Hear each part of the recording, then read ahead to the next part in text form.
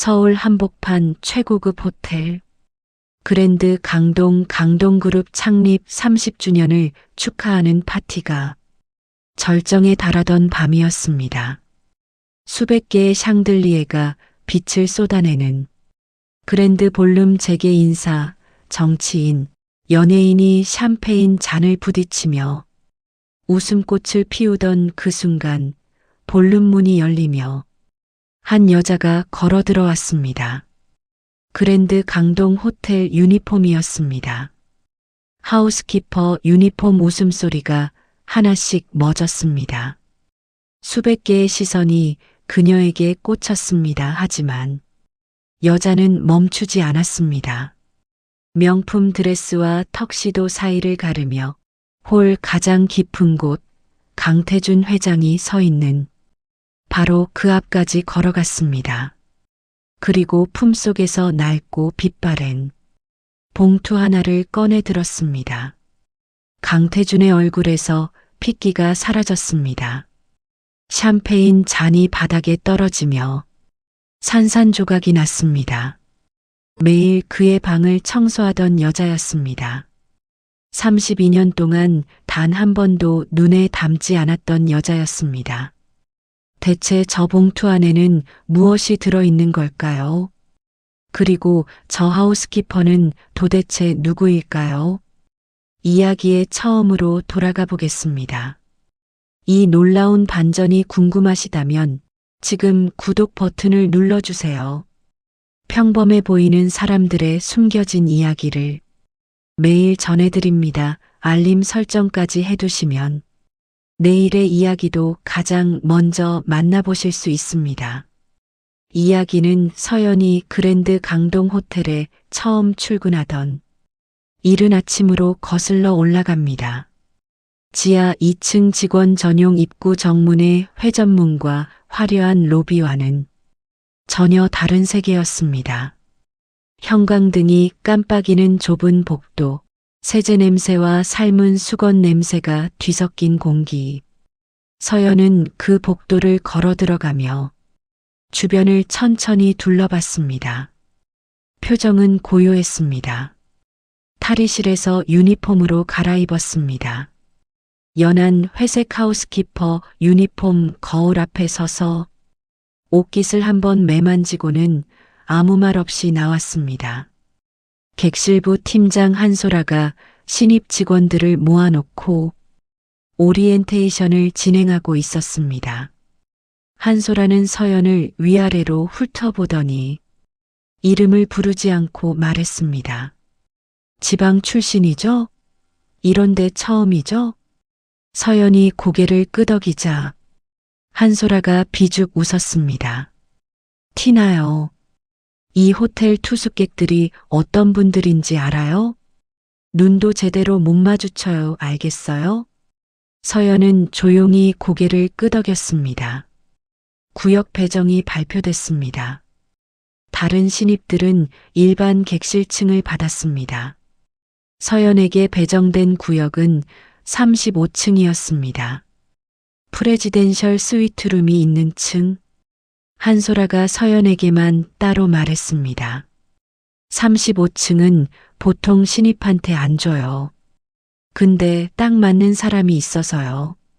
한소라의 입꼬리가 올라갔습니다. 서연은 그 말의 의미를 이미 알고 있었습니다. 첫 출근 이틀 후 서연은 처음으로 35층 프레지덴셜 스위트 앞에 섰습니다. 마스터키를 꽂고 문을 열었습니다. 한 달 숙박료가 일반인 연봉과 맞먹는다는 그 방이었습니다. 넓은 창밖으로 서울 전경이 내려다 보였습니다. 방 안 곳곳에 생화가 놓여 있었고 맞춤 제작 가구들이 빛을 받아 윤기가 흘렀습니다. 벽 한쪽에는 액자가 걸려 있었습니다. 강태준 회장 가족 사진이었습니다. 그리고 그 아래 작은 동판에 글씨가 새겨져 있었습니다. 가족의 행복이 최고의 가치입니다. 서연은 그 액자 앞에 한참 서 있었습니다. 그리고 청소 수건을 들어 천천히 아주 꼼꼼하게 액자 유리를 닦았습니다. 먼지 한 점 남기지 않고 그날 오후 늦게 강태준이 체크인했습니다. 서연은 복도에서 카트를 밀다가 그와 마주쳤습니다. 3미터 거리였습니다. 경호원이 앞섰고 비서가 뒤를 따랐습니다. 강태준은 서연 쪽을 한 번도 보지 않았습니다. 벽이나 카트나 마찬가지였습니다. 서연은 카트를 벽 쪽으로 비켜 세우고 고개를 숙였습니다. 규정상 VIP 통행 시 직원은 시선을 내리고 비켜서야 했습니다. 강태준이 지나갔습니다. 그의 구두 소리가 복도에 울리다가 멀어졌습니다. 서연이 천천히 고개를 들었습니다. 아무도 없는 복도에 혼자 서서 그가 사라진 방향을 오랫동안 바라봤습니다. 32년이었습니다. 32년 만에 3미터 거리에서 마주쳤습니다. 그리고 그는 서연의 존재를 눈곱만큼도 알아채지 못했습니다. 서연은 카트를 다시 잡았습니다. 다음 객실로 이동했습니다. 아직은 때가 아니었습니다. 그날 밤 고시원으로 돌아온 서연은 낡은 파일 폴더를 꺼냈습니다. 빼곡히 정리된 법률 서류들, 친자 확인 의뢰 서류, 공증 목록, 증거 자료들 그리고 가장 아래 손때가 묻어 귀퉁이가 다른 사진 한 장. 젊은 여자가 갓난아이를 안고 웃고 있었습니다. 눈가에 눈물이 맺혀 있었지만 웃고 있었습니다. 서연은 그 사진을 한참 바라봤습니다. 그리고 파일을 닫고 눈을 감았습니다. 내일도 그 방을 청소해야 했습니다. 그랜드 강동 호텔에서 하우스키퍼로 산다는 것은 존재하되 존재하지 않는 것이었습니다. 손님이 방 안에 있을 때는 노크조차 하면 안 됐습니다. 복도에서 VIP와 마주치면 즉시 시선을 내리고 벽에 붙어야 했습니다. 엘리베이터는 직원용 서비스 엘리베이터만 이용해야 했고 식사는 지하 탈의실 옆 작은 휴게실에서 20분 안에 끝내야 했습니다. 서연은 묵묵히 그 규칙을 따랐습니다.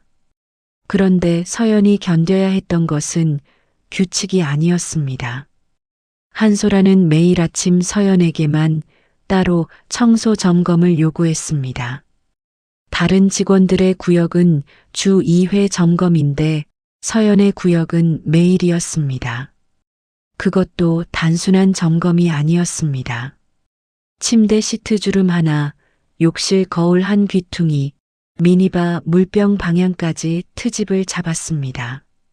서연이 문제없이 마치면 한소라는 자신이 직접 물병을 쓰러뜨려 놓고는 눈썹을 올리며 말했습니다. 이거 봐요, 또 이래요. 주변 직원들은 알고 있었습니다. 알면서도 아무도 말하지 않았습니다. 한소라가 오해란 여사의 조카라는 것을 모르는 사람은 이 호텔에 없었으니까요. 2주가 지났을 때 오해란이 호텔을 찾았습니다. 오해란은 35층 스위트룸, 바로 옆 귀빈 라운지를 전용으로 이용했습니다. 그날 오후 서연에게 룸서비스 오더가 떨어졌습니다. 귀빈 라운지 스페셜 티타임 세팅 담당자가 갑자기 빠지는 바람에 서연이 대신 들어가게 됐습니다. 서연은 흰 장갑을 끼고 트레이를 들었습니다. 포크와 나이프 방향, 냅킨 접는 방식, 찻잔 받침 위치까지 교과서대로 세팅했습니다. 그리고 라운지 문을 노크하고 들어갔습니다. 오해란이 소파에 앉아 통화 중이었습니다. 서연이 테이블 위에 트레이를 내려놓고 조용히 물러서려던 순간이었습니다. 오해란이 전화를 끊더니 트레이를 내려다봤습니다. 그리고 아무 말 없이 손을 뻗어 트레이 끝을 잡더니 그대로 뒤집었습니다. 찻잔이 바닥에 떨어져 산산조각 났습니다. 케이크와 티푸드가 카펫 위에 쏟아졌습니다. 포크 방향이 반대잖아요. 오해란의 목소리는 조용하고 우아했습니다. 분노한 것처럼 소리를 지르지도 않았습니다. 그게 더 무서웠습니다. 서연은 무릎을 꿇고 바닥에 도자기 조각을 줍기 시작했습니다. 오해란은 새 통화를 시작하며 뒤돌아섰습니다. 서연이 바닥에 무릎을 꿇고 있는 동안 오해란은 전화 너머 누군가와 웃으며 수다를 떨었습니다. 손가락 끝에 도자기 조각이 박혔습니다. 피가 났습니다. 서연은 입술을 꽉 다물고 계속 조각을 주었습니다. 오해란이 통화를 마치고 서연의 등 뒤에서 낮게 말했습니다. 2층에 오래 있을 생각은 없죠? 서연은 대답하지 않았습니다. 여기서 일하는 사람들 다 알아요. 어디서 왔는지, 뭘 원하는지. 오해란의 목소리가 더 낮아졌습니다. 당신은 좀 다른 것 같아서요. 서연이 천천히 일어섰습니다. 피 묻은 장갑을 낀 채로 오해란을 정면으로 바라봤습니다. 딱 2초였습니다. 서연이 시선을 내리기까지 하지만 그 2초 동안 오해란의 눈빛이 흔들렸습니다. 눈에 띄지 않을 정도로 작은 흔들림이었지만 서연은 그것을 놓치지 않았습니다. 알고 있구나. 라운지를 나온 서연은 서비스 복도에서 잠시 멈췄습니다. 피 묻은 손가락을 바라봤습니다. 분노가 끓어올랐습니다. 쏟아낼 수 없는 분노가 목까지 차올랐다가 천천히 가라앉았습니다. 서연은 다시 카트를 잡고 다음 객실로 향했습니다. 32년을 기다렸습니다. 조금 더 기다릴 수 있었습니다. 박도연이 서연 앞에 모습을 드러낸 것은 오해란이 라운지를 다녀간 다음 날이었습니다. 점심시간 서연이 지하 휴게실에서 혼자 도시락을 먹고 있을 때였습니다. 문이 열리더니 짙은 회색 정장 차림의 남자가 들어섰습니다. 지하 직원 휴게실에 어울리지 않는 차림이었습니다. 남자는 서연 맞은편에 아무렇지 않게 앉았습니다. 이서연 씨 맞죠? 서연은 젓가락을 내려놓지 않았습니다. 강동그룹 법무팀 박도연입니다. 그제야 서연이 천천히 고개를 들었습니다. 남자를 훑어봤습니다. 냉정한 눈빛이었지만 그 속에 무언가를 억누르고 있는 기색이 보였습니다. 강동그룹 법무팀장이 하우스키퍼 휴게실까지 직접 오셨어요? 서연의 목소리는 낮고 평온했습니다. 볼 일이 있으니까 왔죠. 도연이 낮게 말했습니다. 오해란 여사가 당신을 불편해합니다. 아마 이미 아시겠지만 알고 있습니다. 이번 주 안으로 퇴사하시면 석 달치 월급을 드리겠습니다. 깔끔하게 정리하는 게 서로 좋지 않겠어요? 서연은 잠시 그를 바라봤습니다. 그리고 다시 젓가락을 들어 밥을 먹기 시작했습니다. 도연이 눈썹을 올렸습니다. 한 가지만 물어볼게요. 서연이 밥을 씹으며 말했습니다. 강동그룹 법무팀장이 하우스키퍼 한 명을 내보내는데 왜 직접 내려옵니까? 그것도 점심시간에 도연이 대답하지 않았습니다. 법무팀장은 계약서 검토하고 소송 대응하는 사람이잖아요. 직원 퇴사 권유는 인사팀 일이고요. 서연이 도연을 바라봤습니다. 당신이 직접 왔다는 건 이게 단순한 인사 문제가 아니라는 뜻이죠. 도연은 오랫동안 서연을 바라봤습니다. 그만두실 생각 없죠? 없습니다. 도연이 천천히 자리에서 일어서려던 순간 서연이 조용히 말했습니다. 이하연이라는 이름을 알고 계시죠?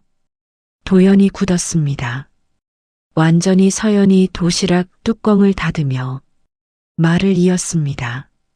어머니 일기에 박도연이라는 이름이 여러 번 나와요.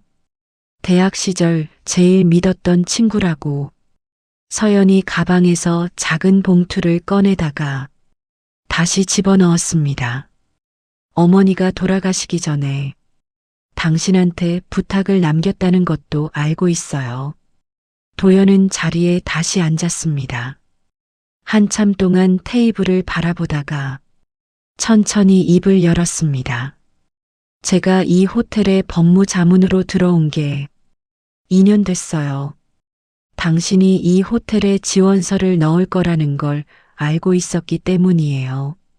서연이 고개를 끄덕였습니다. 당신이 제가 이 호텔에 올 수 있도록 설계했다는 것도 알아요. 고마운 마음은 있습니다. 그런데 앞으로는 제 방식대로 할 거예요. 도연이 서연을 오래 바라봤습니다. 하연이 닮았네요, 고집이. 서연의 눈가가 잠깐 떨렸습니다. 휴게실을 나오며 도연이 낮게 말했습니다. 김순자 원장님, 시간이 많지 않아요. 서두르셔야 합니다. 서연의 발걸음이 순간 멈췄다가 다시 이어졌습니다. 그날 오후 서연은 35층 스위트룸을 청소하면서 내내 한 가지 생각만 했습니다. 더 빨리 움직여야 했습니다. 강민준이 서연을 처음 인식한 건 35층 복도에서였습니다. 아버지를 만나러 프레지덴셜 스위트를 찾았다가 나오는 길에 카트를 밀고 지나가는 서연과 마주쳤습니다. 민주는 습관처럼 시선을 거뒀습니다. 호텔 직원은 배경과 다름없었으니까요. 그런데 몇 걸음을 걷다가 발을 멈췄습니다. 뭔가 이상했습니다. 분명 처음 보는 얼굴인데 어딘가 묘하게 걸리는 느낌이었습니다. 민주는 고개를 돌려 복도 저편에서 멀어지는 서연의 뒷모습을 바라봤습니다. 설명할 수 없었습니다. 그냥 고개를 젓고 엘리베이터를 탔습니다. 그것이 처음이었습니다. 이틀 후 민주는 같은 복도에서 또 서연과 마주쳤습니다. 이번엔 서연이 카트에서 수건을 꺼내다가 손목에 오래된 화상 흉터가 드러났습니다. 민준의 시선이 그 흉터에 잠깐 멈췄습니다. 서연은 눈치채지 못하고 지나쳤습니다. 민주는 그날 저녁 이정호에게 물었습니다. 35층 신입 하우스키퍼 이서연이라는 직원 알아요? 이정호의 반응이 묘했습니다. 눈썹 하나가 미세하게 움직이더니 금세 표정을 지웠습니다. 왜요? 그냥요, 왠지 낯이 익어서. 처음 본 직원이겠죠. 이정호가 빠르게 말했습니다. 35층에 왜 신경을 쓰십니까? 민주는 그 반응이 마음에 걸렸습니다. 대수롭지 않은 질문에 이정호가 저렇게 빠르게 튕겨낸 건 처음이었습니다. 한편 오해라는 이미 움직이고 있었습니다. 한소라를 불러 지시를 내렸습니다. 서연에게 억지 컴플레인을 만들어 이번 주 안으로 해고 처리하라는 것이었습니다. 한소라는 두말 없이 고개를 끄덕였습니다. 계획은 단순했습니다. VIP 투숙객이 객실에서 귀중품이 없어졌다고 신고하면 담당 하우스키퍼는 자동으로 조사 대상이 됩니다. 한번 의심을 받으면 해고는 시간 문제였습니다. 한소라는 자신과 가까운 투숙객 한 명에게 부탁해 신고를 넣도록 했습니다. 이틀 후 인사팀에서 서연을 불렀습니다. 서연은 인사팀 앞에 앉았습니다. 인사팀장이 무겁게 입을 열었습니다. 32호 투숙객으로부터 귀중품 분실 신고가 들어왔어요. 담당 구역이 이서연 씨라서요. 서연은 흔들리지 않았습니다. 당연히 이서연 씨가 가져갔다는 게 아닙니다. 다만 조사가 마무리되기 전까지는 대기 발령이 불가피하고요. 이 경우 계약 조건상 자동 해지 조항이 적용될 수 있어서 서연이 조용히 가방을 열었습니다. 그리고 봉투 하나를 꺼내 인사팀장 앞에 내려놓았습니다.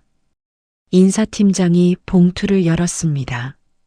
안에 있는 서류를 한 장씩 넘기다가 얼굴이 굳기 시작했습니다.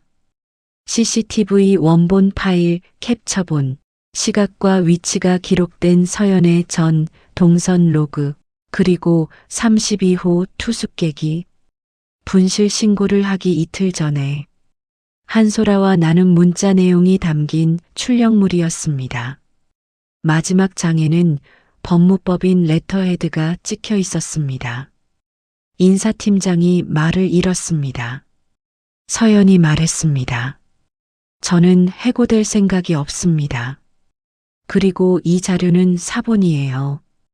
인사팀장이 서류를 내려놓으며 물었습니다.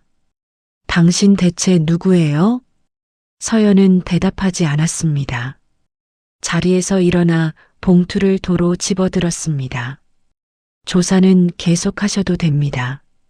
저는 내일도 출근합니다. 그날 밤 도연에게 문자가 왔습니다. 이정우가 직접 움직이기 시작했어요. 속도를 높여야 합니다. 서연은 문자를 보며 창밖을 바라봤습니다. 고시원 창밖으로 멀리 그랜드 강동 호텔 불빛이 보였습니다. 35층 프레지덴셜 스위트에 불이 켜져 있었습니다. 서연은 핸드폰을 내려놓고 파일을 펼쳤습니다. 준비해온 것들이 이제 하나씩 제자리를 찾아가고 있었습니다.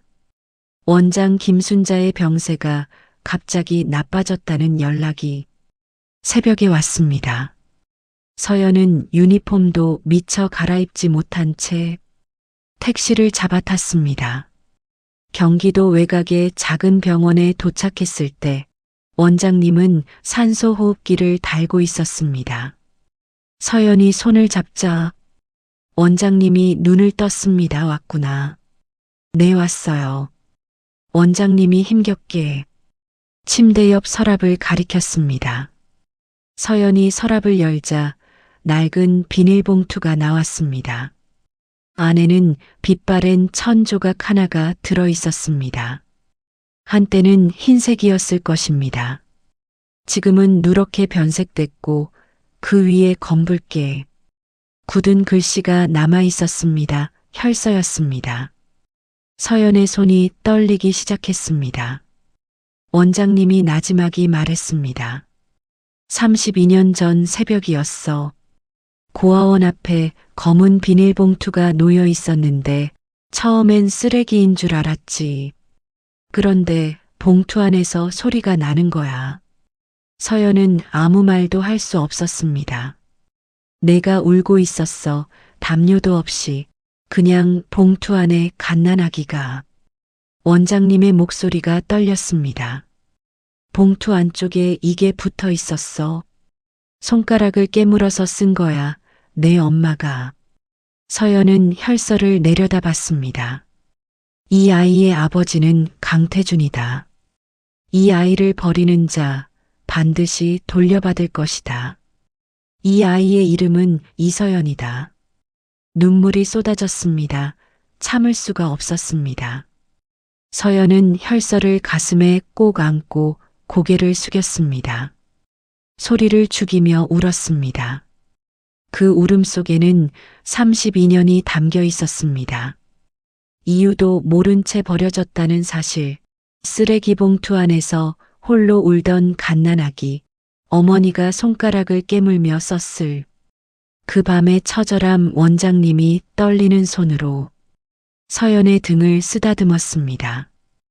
한참이 지나 서연이 눈물을 닦고 원장님을 바라봤습니다. 원장님, 그날 봉투를 놓고 간 사람을 보셨어요?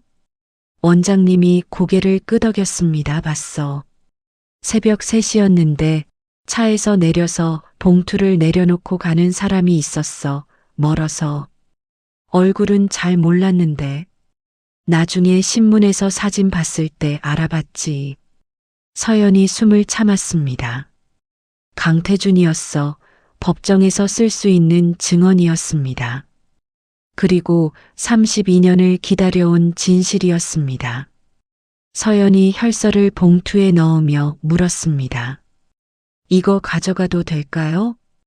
그러려고 지금까지 간직했지. 공증도 다 받아뒀어. 원장님이 서연의 손을 꼭 쥐었습니다. 그런데 서연아, 한 가지만 물어봐도 되니? 내 복수하러 가는 거야? 서연은 대답하지 않았습니다. 잠시 침묵이 흘렀습니다. 아직 모르겠어요. 원장님이 오래 서연을 바라봤습니다. 그리고 천천히 말했습니다. 그래, 가서 보면 알게 될 거야. 서연이 원장님의 손을 두 손으로 감쌌습니다. 고마워요, 엄마. 원장님이 그 말을 듣고 처음으로 환하게 웃었습니다. 병원을 나온 건 해가 뜰 무렵이었습니다. 차가운 아침 공기가 얼굴을 때렸습니다. 서연은 그 자리에서 가방 안을 확인했습니다.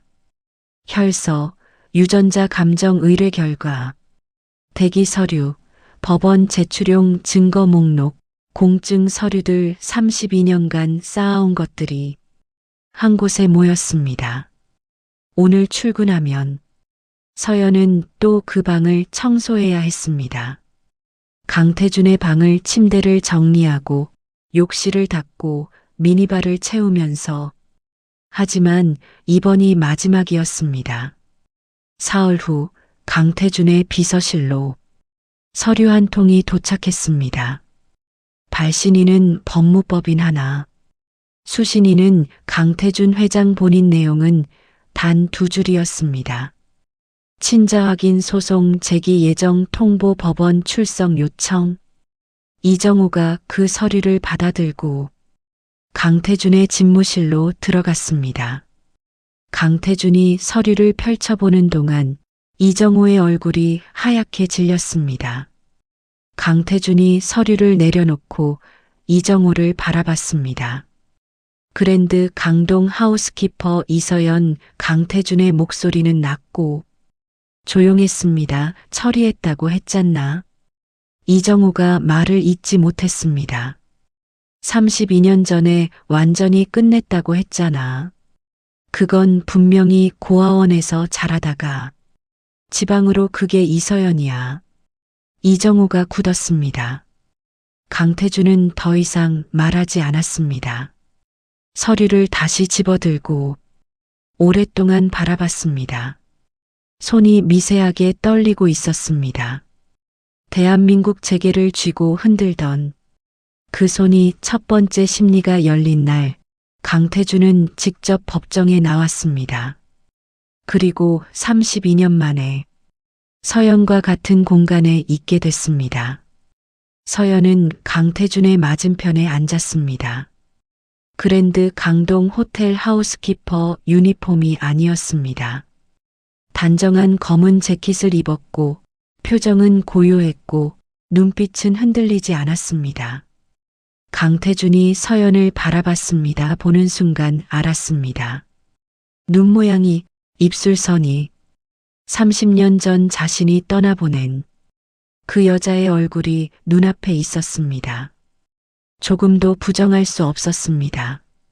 강동그룹 측 변호인이 반박 논리를 펼치려는 순간 도연이 봉투 2개를 법원에 제출했습니다.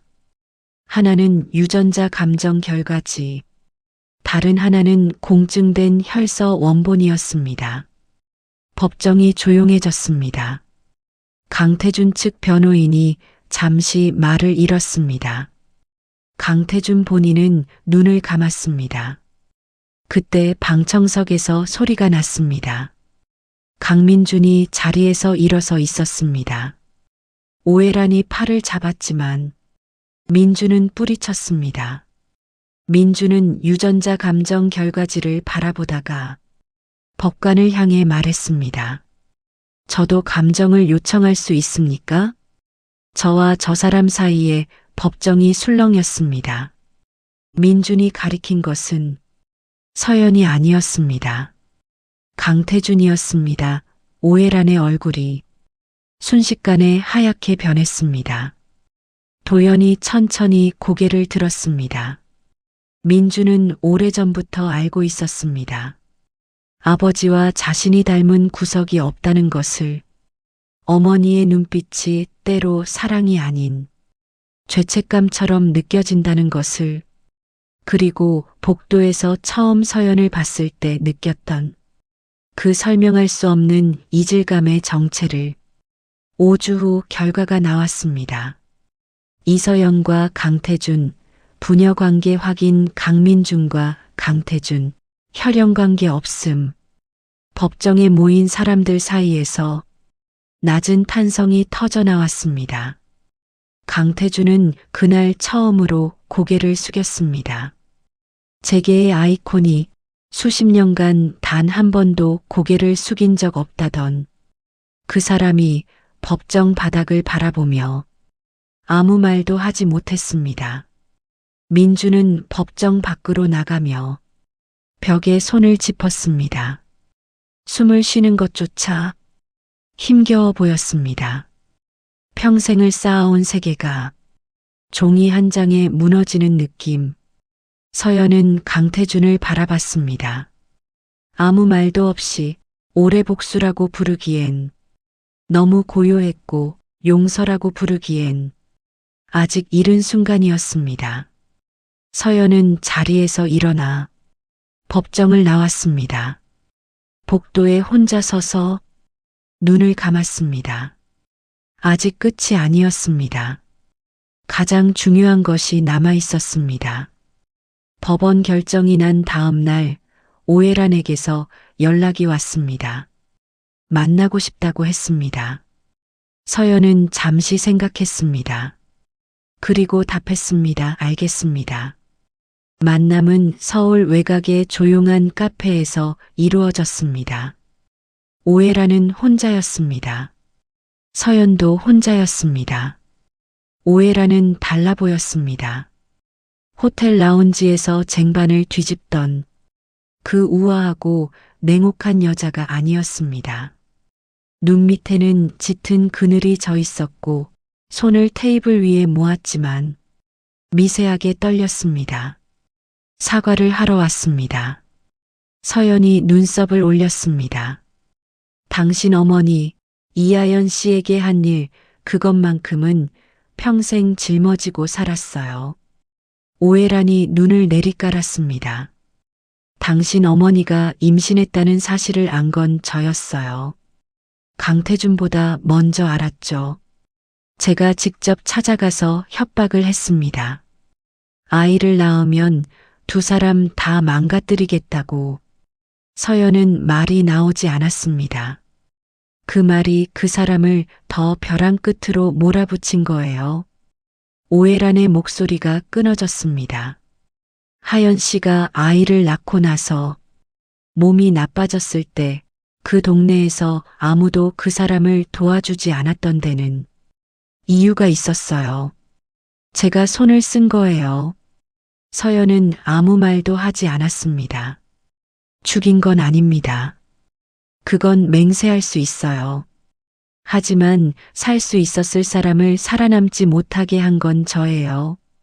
서연의 손이 테이블 아래서 떨리고 있었습니다. 분노인지 슬픔인지 구분이 되지 않았습니다.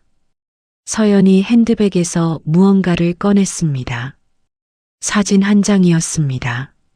젊은 여자가 갓난아이를 안고 웃고 있는 사진. 눈가에 눈물이 맺혀 있었지만 웃고 있었습니다. 서연이 그 사진을 테이블 위에 조용히 내려놓았습니다. 오해란이 그 사진을 바라봤습니다. 그리고 오해란의 눈에서 눈물이 흘러내렸습니다. 수십 년간 상류층의 여왕으로 살아온 그 여자가 낡은 사진 한 장 앞에서 무너졌습니다. 두 손으로 얼굴을 가렸습니다. 어깨가 조용히 흔들렸습니다. 서연은 그 모습을 바라봤습니다. 이상하게도 분노가 더 치밀어 오르지 않았습니다. 그저 지쳐버린 한 사람이 보였습니다. 죄를 지은 채 수십 년을 살아온 아들의 출생 비밀까지 끌어안고 무너져 내린 한 인간 서연이 가방에서 손으로 쓴 편지지 여러 장을 꺼냈습니다.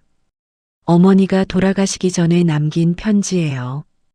당신 이야기도 나와요. 오해란이 눈물을 닦고 편지를 받아들었습니다. 천천히 읽어 내려가는 동안 눈물이 두 번 더 흘렀습니다. 편지의 마지막 줄에는 이렇게 쓰여 있었습니다. 서연아, 그 사람들을 미워하지 마라. 미워하면 내가 거기 묶여. 엄마는 너만 자유로웠으면 좋겠다. 오해란이 편지에서 눈을 들었습니다. 얼굴이 완전히 무너져 있었습니다. 모든 진술에 협조하겠습니다. 당신이 원하는 대로 하세요. 민준이 일도 내가 책임지겠습니다. 서연은 고개를 끄덕였습니다. 카페를 나온 서연은 한참을 걸었습니다. 발길이 닿는 대로 걸었습니다. 어느 순간 서연은 자신이 그랜드 강동 호텔 앞을 걷고 있다는 걸 깨달았습니다. 저 위 35층 창문이 보였습니다. 매일 들어가서 침대를 정리하고 욕실을 닦고 미니바를 채우던 그 방 가족의 행복이 최고의 가치입니다. 라고 쓰인 액자를 닦던 그 방 서연은 그 창문을 오래 바라봤습니다. 그리고 처음으로 가슴속에서 무언가가 가볍게 풀리는 느낌을 받았습니다. 자유로워지고 싶었습니다. 어머니가 말한 대로. 그리고 서연은 비로소 알 것 같았습니다. 자신이 진짜 원하는 것이 무엇인지를 복수가 아니었습니다.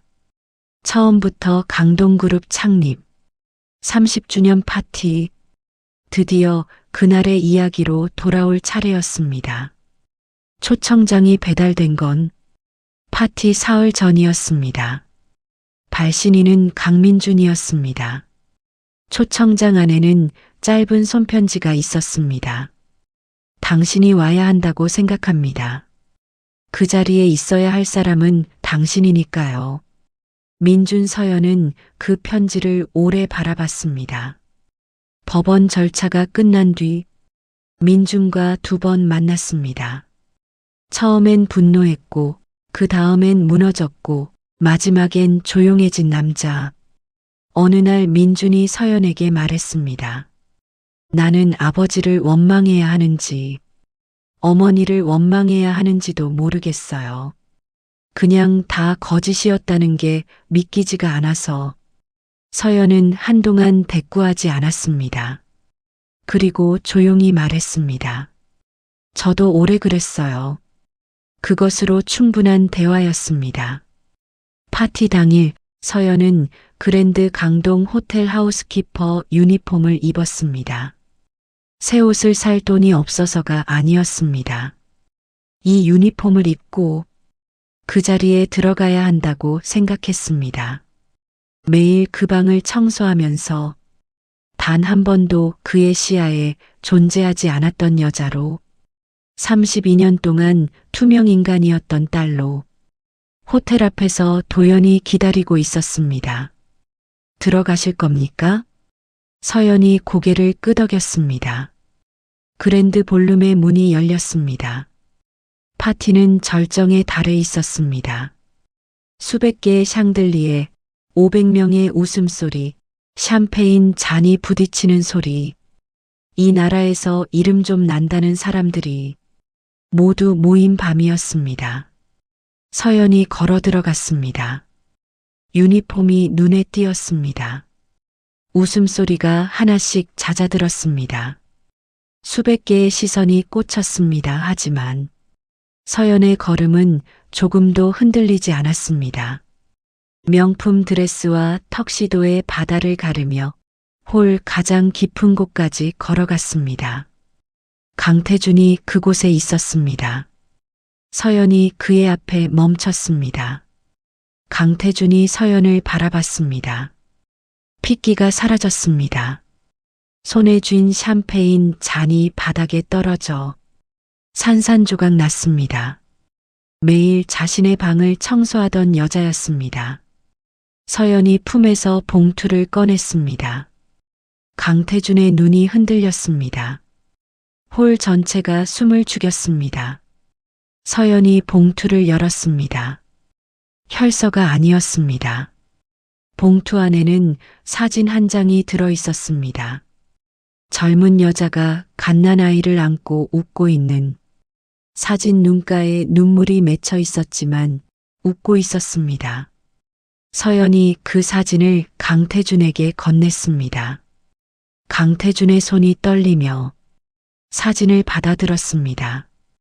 그리고 서연이 조용히, 그러나 볼륨 전체에 들릴 만큼 또렷하게 말했습니다. 저는 아버지의 재산이 필요하지 않습니다. 성씨도 필요하지 않습니다. 단 한 가지만 부탁드립니다. 볼륨이 완전한 정적에 빠졌습니다. 경기도 하남에 이름 없는 묘비가 하나 있습니다. 거기에 이름 하나만 새겨주세요. 이하연이라고. 강태준의 눈에서 무언가가 무너졌습니다. 눈물인지 수치심인지 알 수 없는 것이 그의 얼굴 위로 천천히 흘러내렸습니다. 서연은 더 이상 아무 말도 하지 않았습니다. 돌아서서 볼륨을 걸어 나왔습니다. 이틀 후 경기도 하남의 작은 묘지. 서연은 묘비 앞에 오랫동안 앉아 있었습니다. 새로 새겨진 이름이 아직 선명했습니다. 이하연. 서연이 손가락으로 그 이름을 천천히 짚었습니다. 엄마, 이제 다 됐어요. 바람이 불어왔습니다. 서연은 눈을 감았습니다. 32년간 품어온 질문이 있었습니다. 왜 나를 버렸는가? 그러나 혈서를 보는 순간 서연은 알았습니다. 버린 것은 아버지였고 끝까지 놓지 않으려 한 것은 어머니였습니다. 매일 그 방을 청소한 것도, 법원에 선 것도, 파티장을 걸어 들어간 것도, 그 모든 것은 복수가 아니었습니다. 어머니의 이름을 되찾아주기 위한 여정이었습니다. 여러분은 어떻게 생각하십니까? 버려진 자식이 선택한 용서가 진정한 자유를 가져다 줄 수 있을까요? 아니면 그것은 또 다른 상처였을까요? 오늘 이야기가 마음에 남으셨다면 구독과 알림 설정으로 내일의 이야기도 함께 해주세요. 여러분의 응원이 이 채널을 만들어갑니다.